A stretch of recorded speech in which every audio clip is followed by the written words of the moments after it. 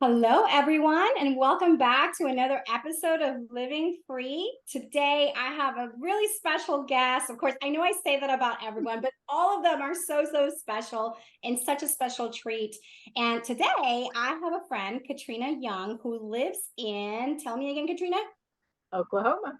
Oklahoma. That's right. She's just right up the street, really. Well, no, not right up the street, but just kind of up the road on I-35 North. And today we want to share a story of hope. And honestly, just the stories of a miracle working God who does the impossible. And we both connected because we met through a kingdom entrepreneurship group. We have a mutual friend, and we found out that we have a lot in common, that we actually share very similar stories, a long journey with infertility, which is not only a physically draining journey, but also mentally and emotionally. And so we've just learned so much from each other and have been able to encourage one another. And though we've had our miracle babies, right, there's still so much that we continue to unpack and continue to learn from what the Lord did during that time and is still doing through our kids today. And so Katrina, I just thank you so much for joining me. It's such an honor to have you here as a special guest today to share your story. And I would love for you to tell us a little bit about yourself. Tell the audience, those who are watching, those who are listening, a little bit about yourself. I'm Katrina Young, and I have lived in Norman, Oklahoma my entire life. And so, that's just home. And like you said, it seems like you're not that far away because I think of anyone in Texas as almost being like home as well. So, anyways, I was a teacher by trade. I went to school to become a teacher, and then right after I graduated, I married my husband, the love of my life. And it's kind of like I always had this plan of how I was going to, everything was going to work out, and I was going to teach so many years. Then we would try to have a baby, and it was just all planned out, and up until that point, things seemed to kind of go as Katrina planned. And then it was like that. Yeah. And so it was a shocker for me, I guess I would say, when everything we were trying was not working. And, I was at my doctor, the gynecologist, and they were trying everything, that they knew that they could do. And so it just became very hard, very hard. I mean, it just gets to that place that you think there's no hope. Yeah, absolutely. Well, let me pause you right there so that is going to be a great segue into the meat of today's conversation that we're going to have. But okay, so you live in Norman, Soonerland over there. And Yes. for those of you who don't know, my husband and I went to college in San Marcos, which is a suburb of Austin. So we grew up Longhorn fans. We're singers. We are rivals. Now, funny enough, my husband actually he is from Waco, so he's also a big, Baylor Bears fan, but it's just hilarious because growing up football fans, Sooners and Longhorns don't get along very well, but you and I do get along really well. That's right, because we have a common, area where God just totally transformed both of our lives. Totally. So, and it's just so incredible. Yeah, so I just wanted to share on a funny note. Norman, now, how long have you been married? 34 years. Wow, that's incredible. I knew we're getting to almost 35, so that, and I was thinking of that special trip, so you can tell I was ready for the 35. Yeah. But yes, 34 years. Wow. Well, congratulations. And you've got 3 kids total. And any pets? Yes. No pets. When my daughter was at home, she had 2 dogs, but she's taken those with her, so no. All right. Yeah, it's all good. It's all good. My husband likes it because the dogs would bark and keep him up at night, so he enjoys that the dog is gone. No problems. Yeah, that's so funny. Well, I have pets, but yeah, I like to get to know a little bit about people, like what are you doing now? Like, what does your life look like? And do you have animals barking in the background, or how long you've been married, etc. So that's awesome. Okay, Well, now that being said, let's go ahead and continue on with the story. And as you go along, I'll probably interject some of my own personal stories as well. And I'll actually start with this. You mentioned like, hey, I'm thinking we're gonna start trying to have a family, and it's just gonna happen, but then it didn't, right? And it was the same for us. And for us, we waited 4 years after we got married to start trying because I just assumed everybody gets pregnant. And I wanted to take time to be married and see if we were going to kill each other in the first few years, before bringing children into the world.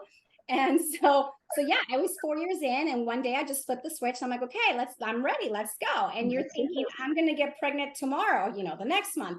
And then it doesn't happen. And then months turn into years, and oh my goodness, and then losses along the way and all of those things. So I totally get that. I relate so much on, this is my plan, but then the plan didn't execute the way I thought that it should. Right. Right. So let's go ahead and pick up right where you left off and Okay. continue to tell us more. So I was teaching, and I think I was into my second year of teaching, and I was like, okay, this is it. It's time, because we were gonna start trying for a kid after 2 years of marriage. I mean, I'm a very organized, planned out person here. So that 2 years, we were going into that summer, and as a teacher, I don't know how many of your audience have been teachers, but you're thinking that if you can plan this out correctly, then you can get pregnant so that by April you'll have that baby, and then you'll be able to take maternity leave and be off for the rest of the school year. So that's like what I had planned out as well. So the first year, nothing was happening. We couldn't get pregnant, and this was in the days before the internet, so there wasn't any way that I could Google, solutions and stay in control that way. So I was collecting books and trying to read up on everything. And as the doctors would explain things, then I would try and find books. I was also then at that point starting to dig in deeper into the Word, and trying to find even at the store books, about people that had walked this road, because I just wanted to know how all that, how they got through this. And so anyways, I was on Clomid for an entire year. I didn't change the way I ate, nothing, and I gained 20 pounds in 1 year. So at this point, you're just kind of like, and I'd never had to deal with weight before that. So at that point, I'm thinking, oh my goodness, what is going to keep happening? I can't, I didn't stop eating or eat more or, anything. It was the craziest thing. So then right at the end of doing Clomid, I ended up pregnant. And this first pregnancy had it planned out perfectly. I was supposed to deliver on April the 10th. And so I was like, yay, I'll be able to take the rest of the year off, and it'll be perfect, and I'll have all summer. And so anyways, things did not go as planned.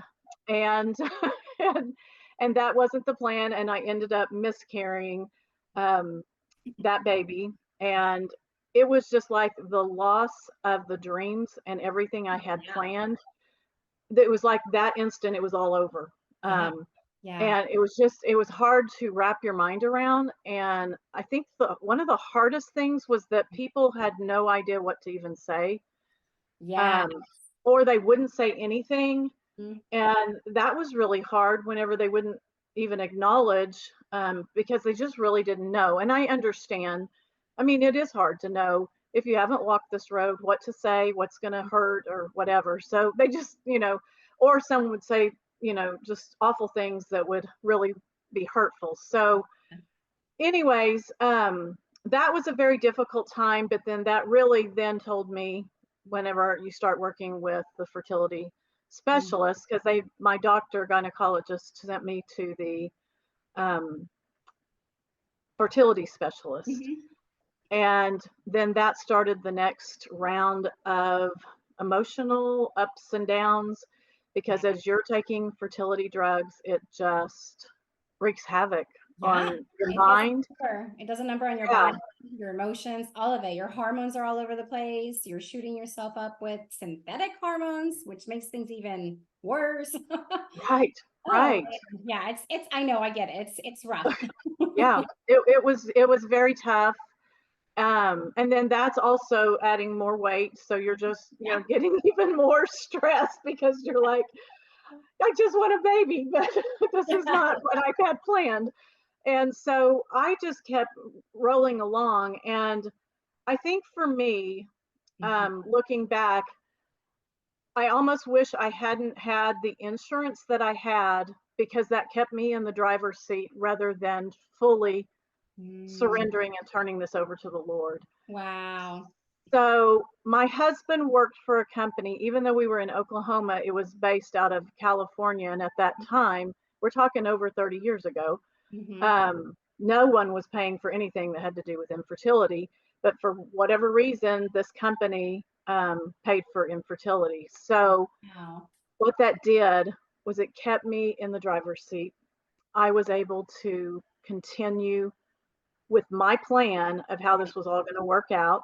Right. And I was going to the doctors and they were saying, "Oh, Katrina, you're so young. You're 24 years old. We can't find anything that's wrong.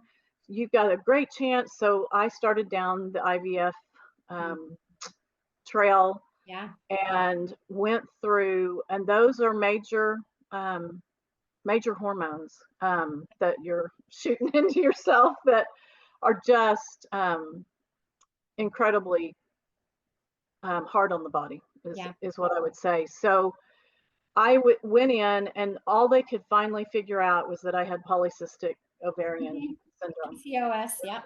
PCOS. So I got in there, and so what happens when you put fertility drugs into a person who has that, you get tons of follicles that build, and then you've got all these eggs that are building. And so I had, oh, it seems like 25 or 26 in this IVF process the first time that they went in and pulled Oh, out. And, and so then you're going through all of that. You're going, then you go back to the hospital so that they can do the transfer of the embryos. And it is just very, mm, it was just very hard. But it was kind of like I was just going through the motions and thought that everything was going to work out. yeah. um, so the first time, it was kind of exciting and thinking, okay, this is it, this is what we've been, waiting for. And then that time didn't work. And at this point I didn't have a cell phone, so the way the fertility clinic would let me know that I was not pregnant was they would call my school, and then they would call into my room and tell me I have a phone call and I would have to go to the Wow. The office. old And fashioned way. The yes, old yes, fashioned the way old of fashioned. receiving phone calls. Right. But there was no privacy about this because then you have to go down to the office. You go in the office and you're talking in front of everybody, and they can all Right. see your face Right. that, oh, this must not have been successful. So it's just so tough. So this happened, and I went through 3 rounds of this, was not pregnant any of those times, got that phone call, and you just kept going through all of this. Yes. Wow. So Well, it was. pause for a moment and tell me, where were you at emotionally speaking? Third round of in vitro. This isn't working. What's going through your mind, your heart? Share a little bit about that process. Um, at that point, it was like God started opening some doors in other areas. Mm, And so during that summer of these, so this was the first one was in February, then we had a June transfer. And then about July, my dad was at coffee with someone who had adopted some kids. mm, And he said, she's I think you should get in touch with her. So then we met with her, and that was in July of this year that I had all 4 of these procedures done. yeah. And so that started opening my mind up to the idea of adoption. And my husband actually went that direction and was more open to it in the beginning than I was, just because I just, thought I'm going to have this baby and Yeah. give birth to this child. So he opened, was more open. So that helped. But then we went to talk to the attorney where this lady that we met had adopted. So we talked to her and told her we were thinking about adoption, but I still had 2 more in vitro transfers to do. So we get done with that third one, and I am just like, every single time I would do this, I would feel like I was pregnant because I would start getting Hey. nauseated within those 2 weeks, and then what I kept doing is I would start spotting, and everybody at the Fertility Institute, the nurses would say, oh, that happens when the embryo's implanting. So that happens. So anyways, then the last time I was going to go in, I just kept getting more and more where I felt like God was wanting us to adopt. So I was kind of just like letting go. I really didn't even care hardly about the last transfer. But right before that transfer, I had a friend who had moved about 2 hours away from me call and say, have you thought about adoption? So I said, well, we've kind of been thinking about that. And so she said, I have a friend's daughter who is pregnant and wondered if you were, interested in that. Well, because we'd been to the attorney that summer, I was able to then say, yes, call this, start working that out. So I got them connected. And then for that very last transfer that I was going to do, we had the routine down. My husband would drop me at the door of the hospital. I would go in, get ready to go into the operating room, and then he would come in. So right when I come in, this was like 1 month apart, this nurse walks up. So this is number 2 of, she says, have you thought about adoption? Weren't you just here last week? And of course that didn't feel good either, because I'm like, I was glad she was asking about adoption. I was not glad that she was recognizing me from a month ago. I mean, because you're just like, yes, I'm here again, and here we go. And so that was another painful stab at that time. So so then I go into the operating room, they do the transfer, and then we come back out. And every time when they would do this, we would have to lay for 4 hours to let this implant, get settled in. So we would watch, and they would bring in, at that time, a TV and a VCR player. Is that not hilarious? Oh, that's hilarious. And we would bring our VHS tapes that we wanted to watch. Oh my goodness, So that's I hilarious. would lay there for 4 hours watching movies with my husband. So I get back from that transfer, and I said, there's a nurse. This is what she looks like. And go find her. So then she comes in there. She starts sharing this. So then that her daughter had a friend who was pregnant. And so I said, okay, let me get you connected with my attorney that we had talked to back in that summer. And this was in November. And so anyways, she then, we get that connection going. And so this is my last transfer that I've done with the last embryos that I had. And so we go home, and, I'm back teaching school. And one of the nights I'm getting ready, for bed to get ready for the next day. And I'm setting my alarm. And right before I set my alarm, I realize I'm spotting again. So at this point, I'm like, there is no way I'm pregnant. Even though, they told me that was not the truth. But sometimes you do this. And so I walk over to set my alarm, and all of a sudden it pops on, and it says, this is number 3. Have you thought about adoption? And I'm like, oh my goodness, where did this come from? So I ran out of the bedroom into the living room to my husband, and I said, do you think God speaks through the radio? He was like, he thought I was nuts at this point, because I never talked like that, but it was just like, oh my goodness. I said, whatever that was about, we're going to it. And it was a celebration of adoption. And it did work out really well. We went to that meeting, and they were celebrating families who had adopted kids. Wow, And that's then they, incredible. shared all of the different, they shared all of the different agencies and attorneys in the area who did adoptions. So basically, that was a resource at that time that I was able to start going through that list, because at that point I was like, this is not going to happen. I don't think through me getting pregnant, Right, um, right, right. through Let me, the let me medical pause means. you. Let me pause you for a second because my Okay. son walked into the office and now he's left the doors open. So I'm going to shut them to minimize our sound, our Okay. background.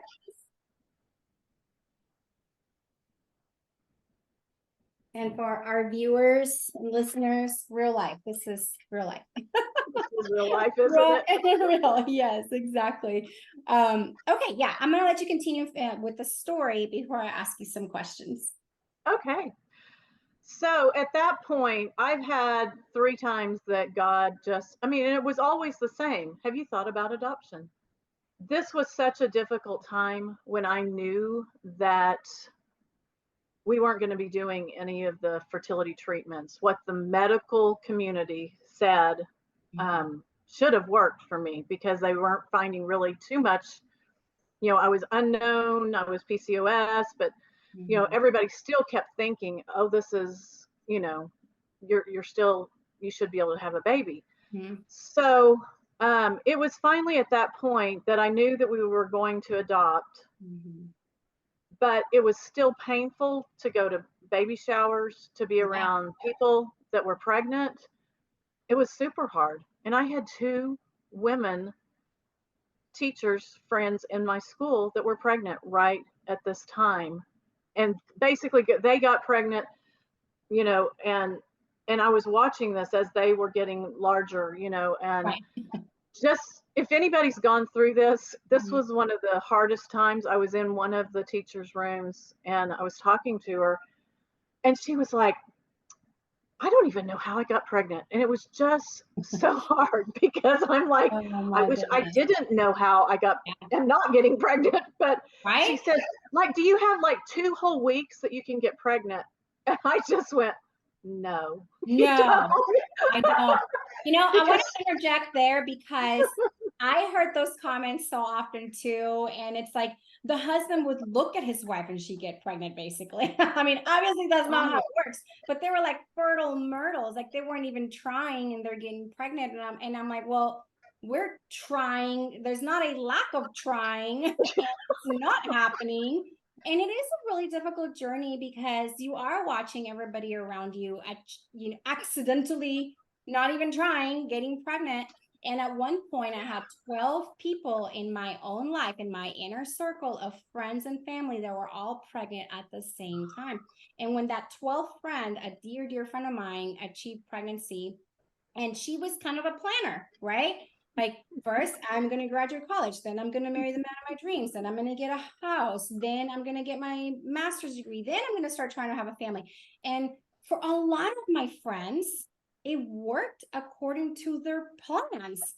And so I just thought this is how it worked for everybody, And so then to see that, no, that's actually not the case, that there are some of us who struggle, and it's this silent struggle, and then you're watching people getting pregnant, and man, it's really difficult. I had a hard time going to baby showers. I was a good trooper and a good sport for a very, very long time, mhm. until way deeper into the journey. For us, it was 7.5 years. So way deeper into the journey, I found myself going to a baby shower because I wanted to be a good sport, because I wanted to rejoice for her. And it's not that I wasn't happy that she was having a baby, but No. it was just like a dagger to my heart that my body wasn't doing what hers was doing, that my body didn't work the way that it was created to. And I sat in that baby shower fighting back tears. I had a knot in my throat. The tears were welling up in my eyes. And as soon as I could get out of there, I did. And I ran to my car and I bawled my eyes out. So it is really, really Yeah. hard to walk that out. It's not easy, that's for sure. But anyway, so continue. Yeah. Yeah. It is hard. I think for me, every time someone would tell me they were pregnant, it was like another one of my babies died. I don't know why. That was kind of what it felt like. Um, is that another one died and you're still not pregnant. But that was because I think I had just gotten this month after month. This, this isn't working, so it was tough. But after those 3 times when I feel like God really did place those people in my life, and the 2 that were trying to find a placement for adoption, those did not work out. But I think that God used those as giving me hope that this is going to, it is going to work out. And so he then, at some point in about that November, when I had been to that celebration of adoption meeting, I finally just said, Lord, I cannot take this anymore. I fully surrender everything, that all my plans that I had for how this was going to work out. And I said, I give you control. I said, you're going to have to make this happen if I'm supposed to have a baby. And if I'm not supposed to have a baby, just take the desire away. I just wanted peace. I was fine if I didn't. And I truly was at that point. But he knew, and he knows my heart. Right. And he knew I had totally surrendered this. And that's what I feel like he was waiting for me to let him guide this life of mine that I thought I had so much control over. And so then basically he, and it's really weird, it was years before I figured this out. But from the time I fully surrendered the whole baby situation to him, I could go to baby showers. And it wasn't painful. So these 2 teachers that were having a baby, one, I went to the baby shower before this. And I was like you, just doing all I could to get through the shower and get out of the house, so that I did not have to, handle my emotion or break down in front of everybody. And then the other one was after I had fully submitted this to the Lord, took the control off myself and gave him full reign. And I just had a peace. I could go to any baby shower from then on. And pretty much from 9 months from the time that I surrendered it all to him, I adopted our first child. We adopted our first child 9 months from the time I fully surrendered. So I had my pregnancy. And the funny thing about this is that we didn't know. So this was like November. And by the time we got to April is when we had gotten a call, and that attorney that we had talked to, the first attorney we talked to from the summer before, while I was still going through IVF, she's the one that called us to let us know that there was somebody that was interested in placing a baby for adoption. Wow. And the crazy thing about it is we met with this birth mother's sister to talk to her on the day that I was supposed to deliver the first child that I lost.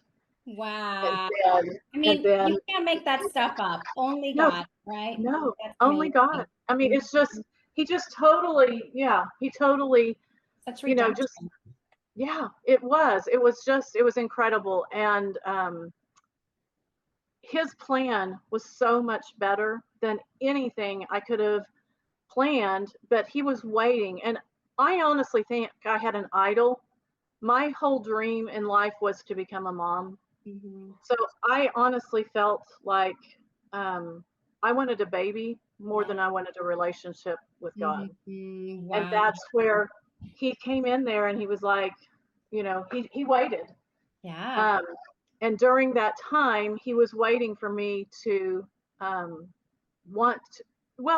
totally believe and trust him with my life.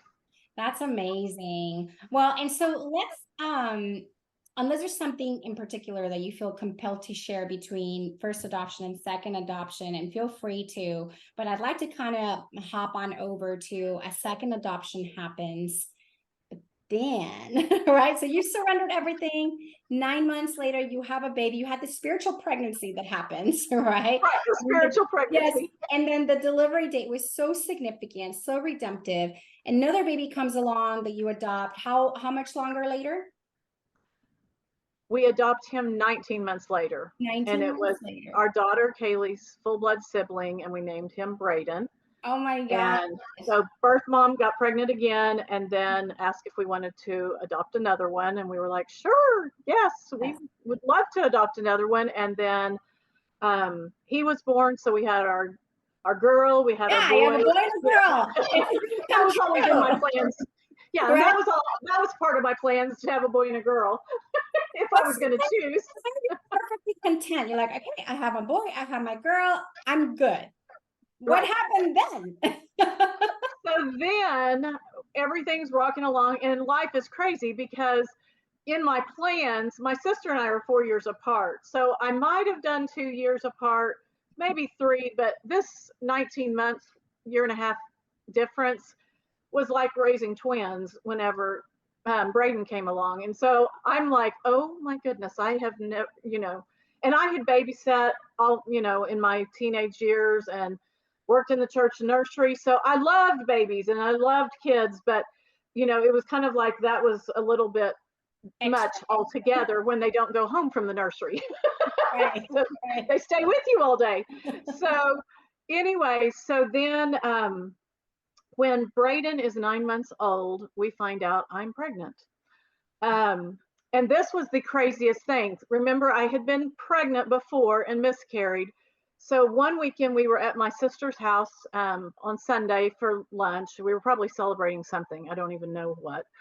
And we were there, and I thought, this food that I know I loved, whatever she had to eat, but it did not taste good. And I had remembered when I was pregnant before that food did not taste quite the same. It was like bland, and it was like, what is the deal? It just didn't taste right. So I get home and I'm thinking, this is weird. And I don't even think I said something to my husband that day. And so then the next day, which was Monday, I called him on the phone and I said, I think I could be pregnant because that food yesterday didn't taste right. And I said, but I can't go to the store and get a pregnancy test because everybody had by this point knew I had been through all this infertility. They had, been so, supportive at times of what all I was going through. And so they knew, that I just felt like I would look crazy at the store. Right. All of Norman, Oklahoma knew already. So I thought, and if I wasn't pregnant, then they really would think I was crazy. Why does she think she's pregnant? She's got a 9-month-old and a 2-year-old. Yeah. So anyway, so I said, you go by in Oklahoma City, you go by and get us a pregnancy test. And I will never forget. I mean, you probably have done the same thing. You probably did so many pregnancy tests that you're sitting there and you just keep looking at it and thinking that line is going to show up at some point, and it never shows up. And and I had even gotten to the point I wouldn't even get a pregnancy test. I would go back to the doctor's office because I was like, I'm not going to go buy another one of those. Mm-hmm. So I would go for the blood test. So, but this time I did it. And I mean, I remember just like staring at it going, this cannot be true. How did this happen? So how did this happen? Do we need to have a talk about the birds and the bees? I'm just kidding. But, but that's what, I mean, it was kind of like, and then I was so busy. I mean, we both were so busy at this point. We have these 2 little kids. And I have to say that it is funny. My cousin had his first 2 very close in age to my first 2. And so whenever he found out, I remember he called and he goes, how in the world did you have time for that? He said, because their lives were so busy. We were so busy. So, the deal is people say you relax and you'll adopt, then you relax. I always hate that because I'm like, no, I was not relaxed. I was not relaxed. There was nothing about relaxation going on in this time frame. I don't like it when people say it because it's just, that was God's plan. Exactly. And we were to adopt these 2 beautiful kids that we got to adopt. and be our children. And those would not have happened if I had Oh gotten my pregnant before. So his plan is always better. yeah. Um, but sometimes we don't want to Yes, wait. I know. Well, so okay, so let's wrap up with this, and I'll share a little bit some things as well. But what would you say was your biggest aha moment on your faith journey, on your faith walk with the Lord through all of these years of trying to have children, finally adopting children, and then surprise, you're pregnant and you didn't even go to the fertility doctor for that. So, it's like, what was an aha moment for you in regards to, your relationship with the Lord? I think it's me realizing how little control I had over my life. I think that was the biggest, because I had been that girl who did what I was supposed to do. I followed the rules, um, and I was going to church, and I loved going to church. And Mhm. I guess I just thought that, as long as you're a good girl Yeah, and you do the right things, everything's going to work out for you. right. And that's not necessarily, That's so I not think even that was, yeah, That's not even biblical. Like nowhere no, in it is scripture not. does it even say, as long as you cross your T's and dot your I's and you're a good girl and get good grades and all the things, then everything is going to go according to your plan. Like it says that nowhere. No, Right. it doesn't. It doesn't. And to think I was in the church, but so where did that lie come from? But the enemy, he wanted me to, and that also I think put me in that victim mindset while I was in the midst of it and trying to draw from my own strength. Like I said, I was getting these books, and at first it was like I was trying, because I love science and I love all the, how all the body works and all that. So I'm thinking if I get enough science books, and I can help the doctor figure out, what's going on. I mean, it's so, but that's kind of where it started. Then I moved from the science books, and then that's when I realized this was more of a spiritual healing that I needed. My gosh, Um, yes. and I love how you even mentioned that the spiritual pregnancy of my first one that I adopted. I mean, that was the biggest time in my life that I realized I have no control, Mm-hmm. and I have to put everything, fully surrender to his plan. And I realized that was probably another aha, was that I mean, that was pride, is all that was. Yeah, Anytime I'm thinking my plan is going to be better than God's plan, I mean, that's just, I needed to break down that pride and allow him full control. that's so good. Well, we have another guest, and his name is Max. So I'm going to close the door once more, you guys. Bear with me.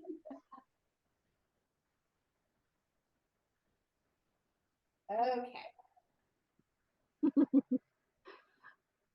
It I is. love it though. I love it It is because really, you're living the life that was so, it's such a blessing and a yeah. blessed time for us whenever we have our kids at home. And I'm on the flip side of that. Like my prayer was answered, my desire, my longing was answered, and now he gets to be loud and interrupt and laugh in the background. I So know, thank you, isn't that Jesus, for great? the gift. Yes. And so, I don't want to forget to ask this question, but we'll come back to it. Just be pondering, like if you could give advice to a woman today who has been going through the same battle, the same journey that you and I went through, is in the waiting, right? What is one piece of advice that you would give her? So ponder that for a moment while I share a little bit of story, because so much of your story resonates with me, right? Like it just takes me back to that journey. And so many of the people that follow me and know me, they know a lot of my story, but I'm sure there's going to be listeners that are new to me. So let me just give you a short little recap. But for us, again, like I said earlier, we waited for you to start trying. Once we started trying to have kids, we thought it's going to happen tomorrow. That didn't happen. 3 months turned into 6 months, 6 months turned into 12 months, 12 months turned into 2 years. At the 2 year mark, I'm thinking something's not right. We decide to go to a fertility doctor, and visited with him for a few months. I actually had a really, really great job. Now, my benefits at my job did not cover fertility treatments per se, but I got paid really well. And I also had an HSA, and my company contributed to my HSA. So I was, HSA is a health savings plan. And so anyway, the finances were there for me to go and attempt these things, right? And so I did that for a few months, and things went right along. It's like, oh, everything looks good, because you get your evaluation, you get all kinds of testing done. They make you do hip braces and do weird postures as they're inserting fluid into your body and checking things out, and it's like you're doing acrobatics at the doctor's office. And then we started with Clomid, same thing. He also would give me the HCG shot to help me ovulate at a certain time. There were a couple of times I had 2 eggs release at the same time. He's like, oh my goodness, this is great. Go to the baby dance. You could potentially have twins. Nothing. Fast forward, I lose my job. I can't continue with the treatments because I don't have the finances anymore. The company was downsizing. And so I kind of took a break with the fertility doctor at that point, but we never stopped trying. Year 3, I'm in a deep depression and just feeling at a complete loss. I felt like my body was broken. I felt damaged. I felt like, why my body doesn't work the way it's supposed to, right? And so there was a gentleman that came through the church that we were at the time, and he said this to me. He didn't know me from Adam. Okay. He turns to me and he puts his hand over my stomach and he says, I break off barrenness in Jesus' name. And bam, like the walls came crashing down. I had built up these walls to protect myself. And actually, let me back up. Years before, maybe, I don't know, maybe it was sometime between year 2 and 3 of the infertility battle. But this is well before that I even knew I was medically barren. I had no idea that I had a physical condition preventing me from conception and full-term pregnancy. And some guy that I don't even know walked up to my husband at a worship service here in Dallas and just said to him, I feel like the Lord said he's going to open up your wife's womb. He's going to give you a son, and you are to name him Nathan. Now, mind you, I didn't know God spoke. I grew up a Catholic girl. I was like, what? So, like, do you think God speaks through the radio? Well, no. No, I'm like, God speaks through a donkey in the Bible, so surely he can through the radio, through a random guy at a worship Random guy. Yeah. So he said those words, and my thought process was, who is this guy? And I don't like the name Nathan, which is hilarious because fast forward many years later, I finally looked up the name Nathan. My point of reference at that point in time to Nathan was the prophet to King David. Like that's my only reference to David. Mm-hmm.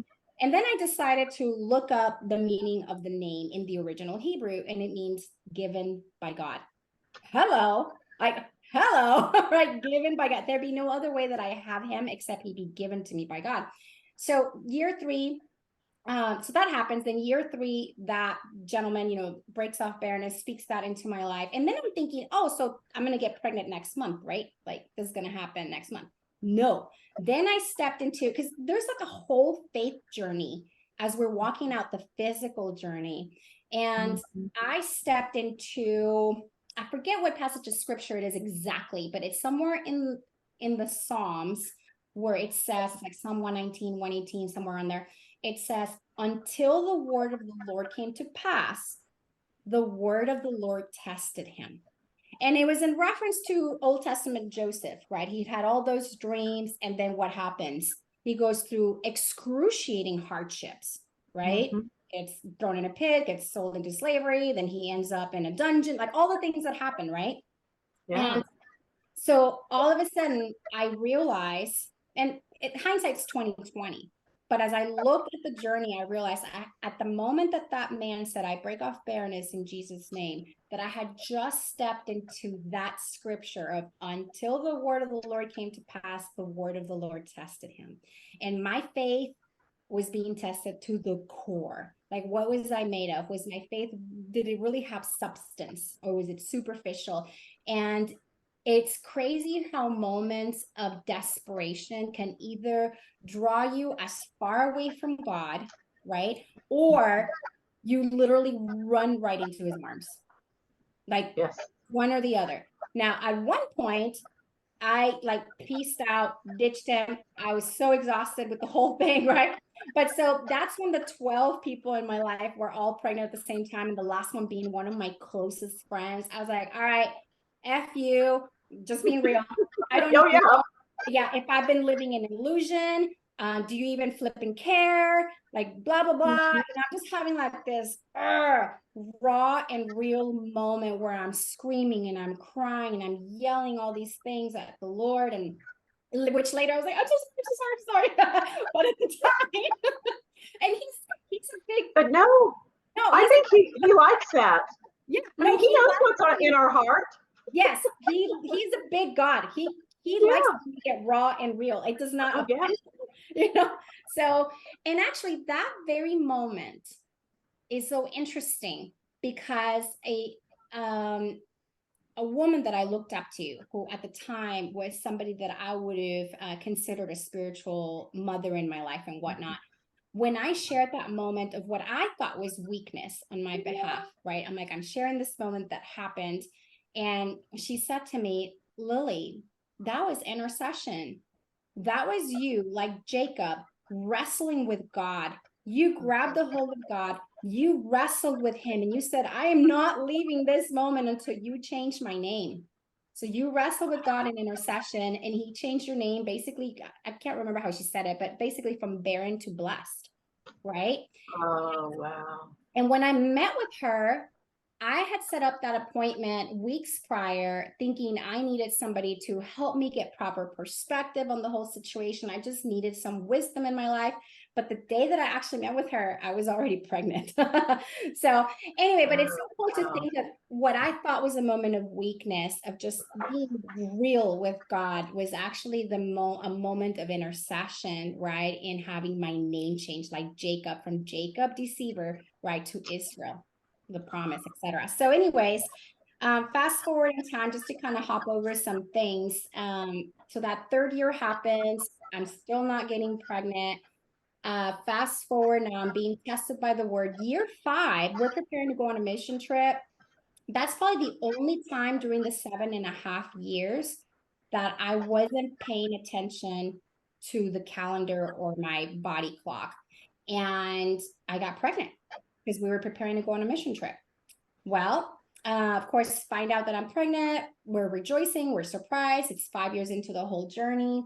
And then I land in emergency surgery. Now, like you know, when they told you it could be implantation bleeding, it was. So when I thought, for me, it was. When I thought, oh no, here comes my period again, it was actually implantation. Oh wow.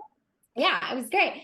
But I had all of the PMS symptoms, and now I was the classic poster boy child for the condition that I didn't know that I had at the time. So the symptoms are also pregnancy symptoms. So I just thought, well, here comes Aunt Flo.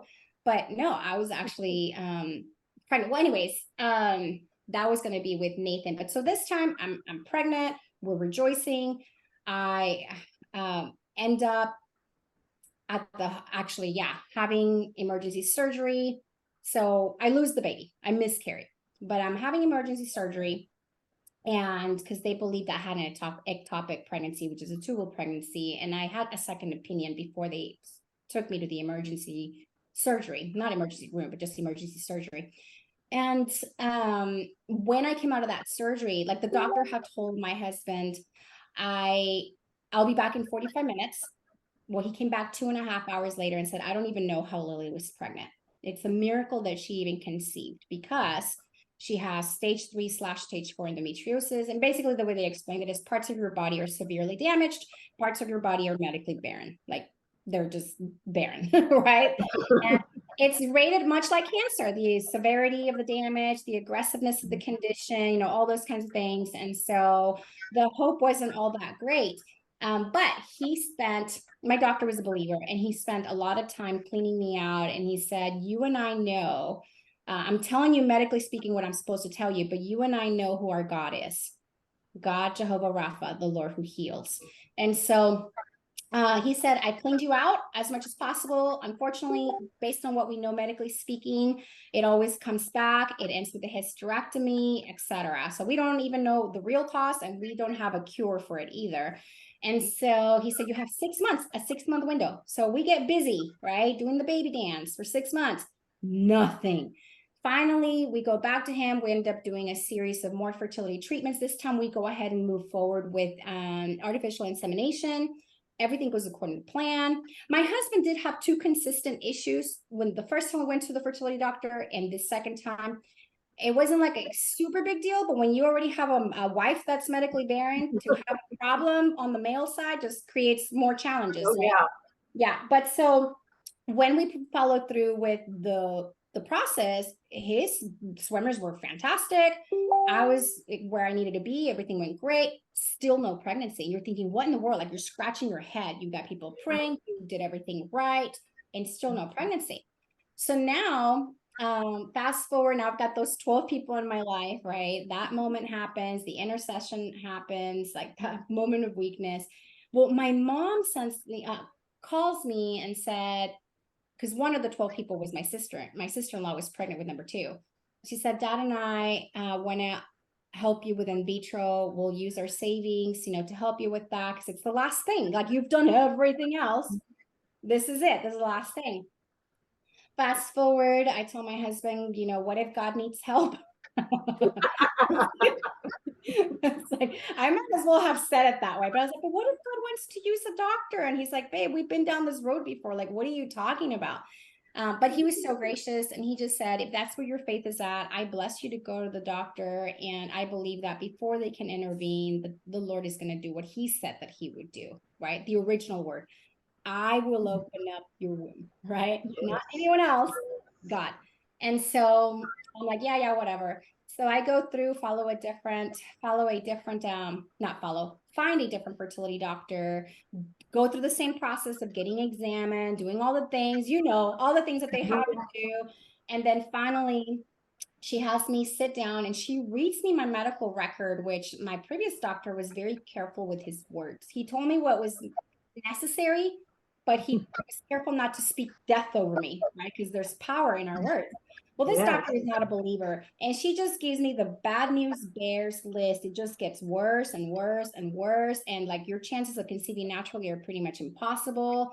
I'm 34 at this point, close. I'm about to be 35, but I'm still 34, and it was just bad news. Like, you have the ovarian of a 40-year-old woman, this, that, and the other, which means you have fewer shriveled up eggs. Your chances of conceiving naturally are pretty much impossible. Then she says this, so, call me as soon as you start your period, and we'll get you started with, with injections. We'll start the hormones. And so I leave her office and I start driving across the lake. So that's in Dallas. And I live in the suburbs of Dallas on the eastern side. It's about, if there's no traffic, you're talking 30, 35 minutes, but usually there's traffic. Anyway, so I'm driving across the lake and I have this out of body experience. Like, have you ever driven yourself somewhere and you don't remember driving? You're like, how did I even get here? Yeah, so that's what happened. And so as I'm driving, the Lord asked me a few questions. He said, Holy Spirit just instantly started speaking to my heart. And he said, Lyly, suppose that I bless that procedure. Is that really how you want your story to go? Which is kind of a weird question. And I just said, no, but I just want to be a mom. And then his next question was, Lyly, let's suppose that no, I'm sorry. The next question was, are you going to believe that I am who I said that I am, and that I will do what I said I will do? Yes, but I just want to be a mom. Like, the same answer, right? And then he takes me back to a memory. It's crazy how this moment was so impactful and revelatory. But he takes me back to a memory where I was at Upper Room in Dallas, at a church here in Dallas, and I was in worship. My arms were lifted up, my eyes were closed. And we have this British friend who is very, very blunt and sometimes can come across as rude. And so she turns around and looks at me and snaps me out of my moment and said, I know the promises that have been spoken over your life, but about this child. But what if, just like Moses, you do not get to walk across the promised land? Like, you don't get to experience and taste of the promise. Will you still worship him? And inside of my head, I was thinking, you British brat, I want to throat punch you, right? I was a little startled by the bluntness of this Oh, question, yeah. but here I am in this car being taken back to that moment, which seems like an odd memory to have during the dialogue. But then I have this aha moment and it hit me, just like you said, that motherhood had become an idol for you, right?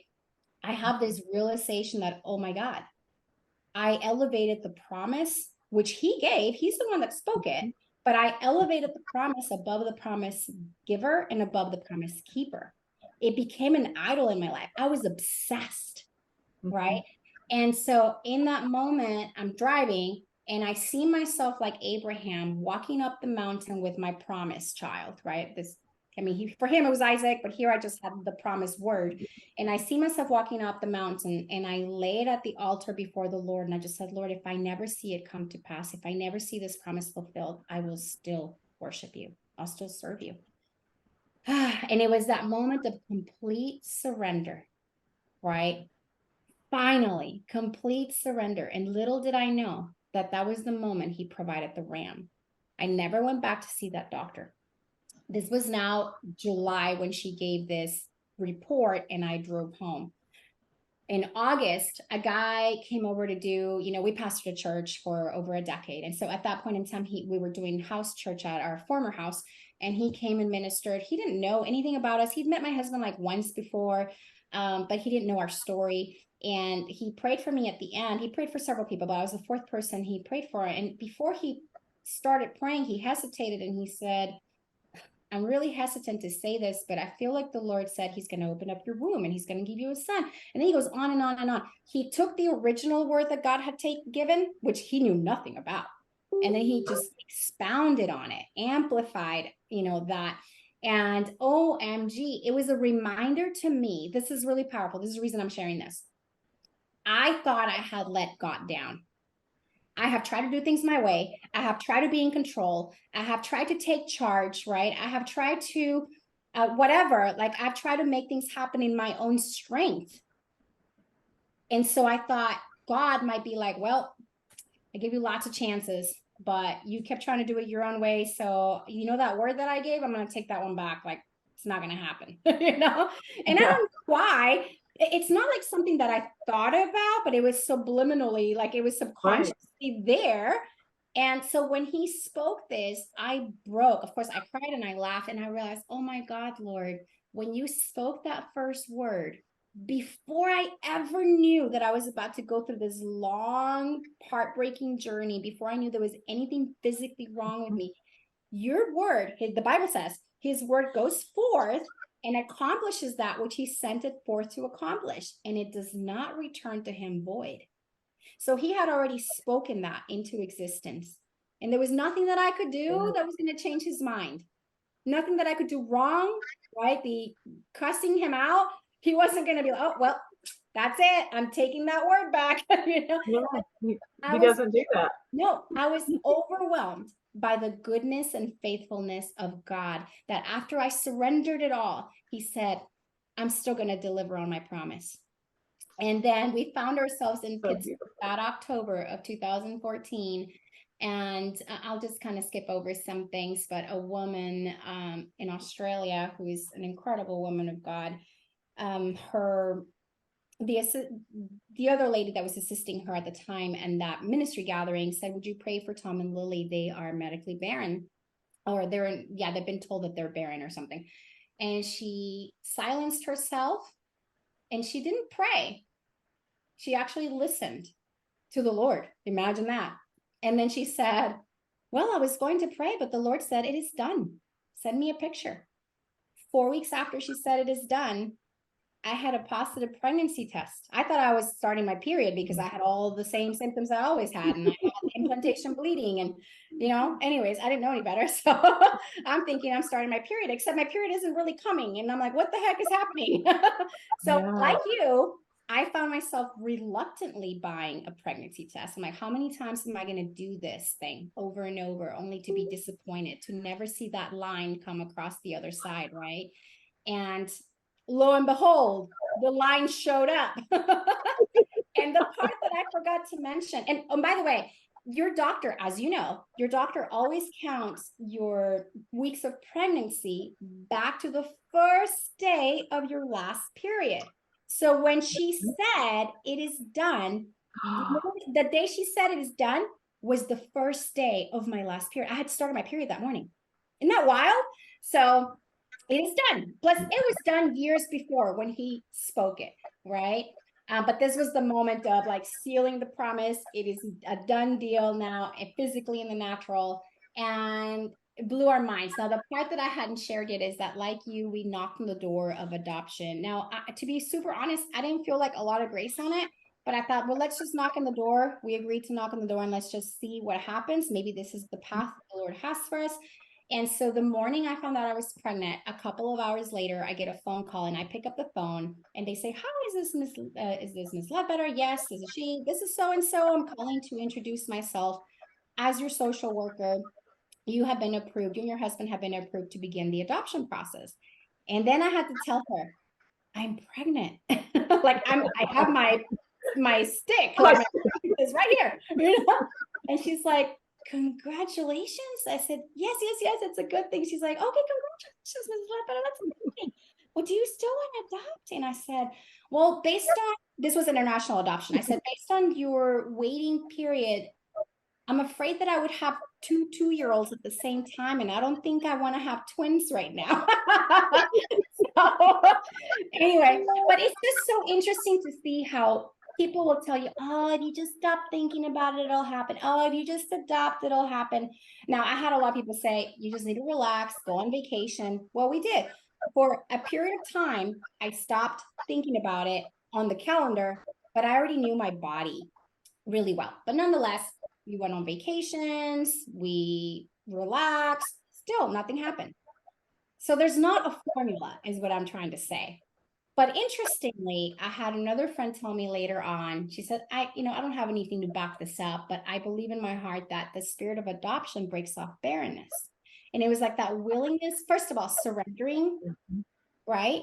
Like, not my will, but your will be done. And then secondly, the willingness of adoption that could have potentially been a key player in that. I don't know. It doesn't even matter. But I say that for the people that might be, I don't want you to pursue adoption. If you're listening to this, I don't want you to pursue adoption because you think it's a method to getting pregnant. That's not the right reason, right? This is not like if you adopt, then you get pregnant. Like, that's not what I'm saying. Don't hear what I'm not saying. But it is interesting that that does happen a lot of times. So I think that there is definitely some kind of spiritual component to that, and our willingness to say yes to that barrenness breaks. So I don't know. But anyway, yeah. So I think that if I were to give a woman who's listening right now, battling with infertility, a piece of advice, it is this. Now, I have a lot of things I could say, but this one thing I would say, again, hindsight is 2020. I wish that I had spent less time mourning the season that I wasn't yet in, right? And embracing the season I was in. So I would say to the woman who's listening today, stop mourning the season you're not yet in and embrace the season you are in right now. Because if your eyes are so fixated on the thing that you want that you don't yet have, you miss the things that the Lord is doing right now, the things that you do have, and the things that the Lord is doing in your life right now. So that's what I would say to them. What about you, Katrina? And this is where we'll land the plane. What is that one piece of advice that you would give to our listeners? Oh, I think for me, I would say to not look at this waiting room of life is what I kind of look at it as, but not look at it as a waste of your time. I think start truly, I mean, these are kind of the things that I think go through and start praying and build that relationship with Him. Mm-hmm. And that waiting room it'll just, you'll have such a peace whenever you fully get in that relationship with Him. And I think that's what helped me the most, was to fully trust in Him. And I'm not saying that I think we need to pray, but I think you also need to prepare. But you cannot, just like you said, you don't want to postpone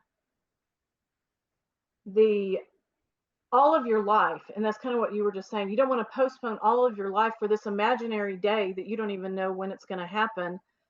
And you think that's going to be the perfect day, but we're going to continue to have waiting Hmm. periods in our life. And so I think anytime we're in a waiting period, get into that relationship with Him, start preparing yourself. I would say the biggest key that if I had it to do over again, is start preparing myself and in that relationship with Him and get so close to Him that I'm ready when that baby gets here.